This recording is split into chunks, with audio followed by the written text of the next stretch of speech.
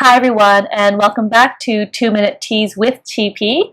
I'm Dr. Teresa Pun, and instead of tea, I'm still enjoying some nice, cool Toronto tap water during this hot summer. I actually wanted to do an introductory video on what I do as a specialist physician. I am an allergist and a clinical immunologist. Now that is a huge mouthful, so most of the time I introduce myself as an allergist, and I believe the vast majority of my colleagues do the same. This is likely the case also when your family doctor, the walk-in doctor, or a different specialist turns to you and says, listen, I'm going to refer you to an allergist. Where it gets confusing is that I do some things for my allergy patients and I do different things for my immunology patients.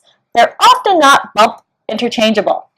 So if a patient comes in with specific concerns that might be tied to an environmental allergy or a life-threatening food allergy, I always perform the appropriate testing.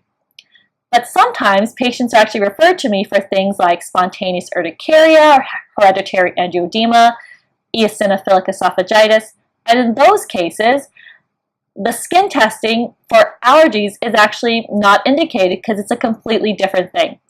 I often describe myself as a mechanic, and I tell them, I can fix brake pads, but if you're here for a windshield wiper issue, we should do different things for that.